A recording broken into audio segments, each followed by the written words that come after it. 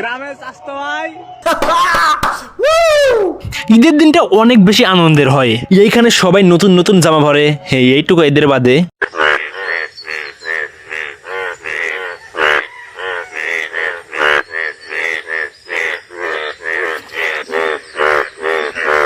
দেখুন ভাই, এখানে অনেক প্রকার ম্যাচিং ড্রেস হয়, কিন্তু তাদের সবচেয়ে উপরে যদি থাকে তাহলে এইটা থাকবে।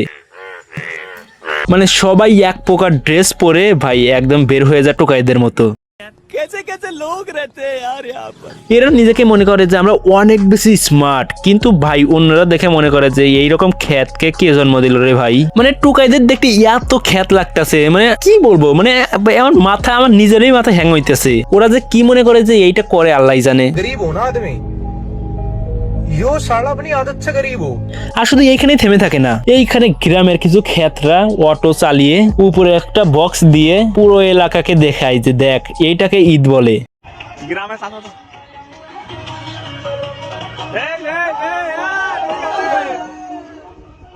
গ্রামে স্বাস্থ্য ভাই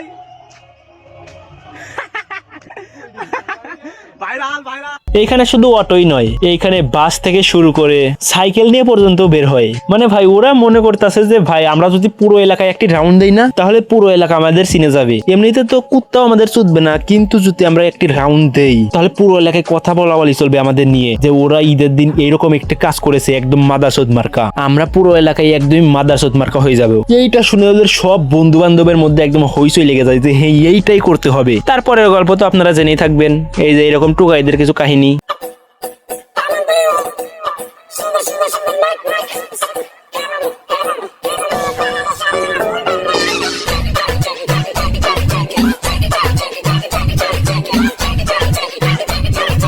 তো অনেক তো টুকাইদের কথা হলো, এবার চলেন একটু আমাদের গরু দেখে যাওয়া যাক। মানে প্রত্যেকটি কুরবানি ঈদে না এই গরু নিয়ে অনেক বেশি সমালোচনা হয়, হয়তো কিছু ফানি মিমস ভাইরাল হয়, হয়তো কিছু কষ্টের ভিডিও ভাইরাল হয়ে যায়। আর তারপরে একটি গরুকে অনেক কষ্ট করে অনেক যত্ন সহকারে লালন পালন করে অন্যের হাতে কিছু টাকার বিনিময়ে তুলে দেয় যে কতটা কষ্টের, সেইটা একদম ফুল টের পাওয়া যায় যখন একজন বিক্রেতা একটি ক্রেতার হাতে তার গরুটি তুলে দেয়। তো অনেক ইমোশনাল হয়ে গেল। তো চলুন এবার কিছু ফানি মিমস যেটা এই কুরবানিতে ভাইরাল হয়েছে, তো সেইটা দেখে যাক। দাম চাচ্ছে তো দাম শুনে অনেকে তারা চলে যাচ্ছে। ভাই এই রাগ করলে আর পিছু ছাড়তেছেন রে ভাই, মনে হয় না যে ঈদের আগে আর যাবে। না না, রাগ করেনি, আপনি কাজ চালিয়ে যান।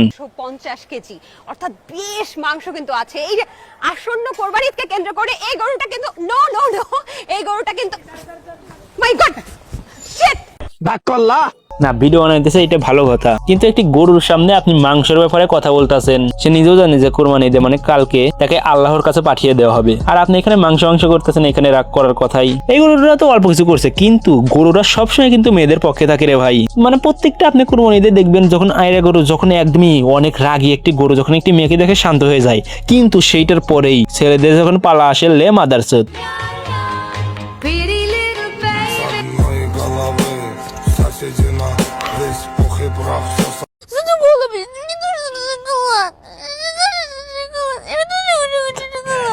যাই হোক গাইস, তো ভিডিওটি এই পর্যন্তই ছিল। তো যাই হোক, তো ভিডিওটি আমি ঈদের আগের দিন আপলোড দেবো। প্রথমে ভাবছিলাম যে ঈদের দিনে আপলোড দেই, পরে আবার ভাবলাম যে না, সবাই গরু কোরবানি দেয়া কাটা এটা নিয়ে ব্যস্ত থাকবে, কারণ ভিডিওটা দেখবে কখন, তো তার কারণে ঈদের আগের দিন আপলোড দিলাম। তো যাই হোক, তো সবাইকে ঈদ মুবারক। হয়তো আমি ভিডিওটা আগেই তৈরি করতে আছি, তো যাই হোক, তো সবাইকে ঈদ মুবারক। তো আমি চাই যে আপনাদের ঈদটা অনেক বেশি আনন্দের কাটুক, অনেক বেশি এনজয় করুন, সবাই নিজের নিজের পরিবারের সাথে আপনারা ঈদটা উদযাপন করুন। তো প্রত্যেকটা ঈদে আপনি একটি করে ভালো কাজ করার চেষ্টা করবেন। তো এটা আপনাদের কাছে অনুরোধ। তো আমিও আমার পরিবারের কাছে যাই বা আমার পরিবার আমার কাছে আসতেছে, তো আমিও আমার মতো করে ঈদ কাটি, তো আমার জন্য দোয়া করবেন। তো যাই হোক, তো ঈদটা আপনাদের শুভকামনা। একটু আবার বলি ঈদ মুবারক। তো দেখা হইতেছে নতুন কোনো ভিডিওতে।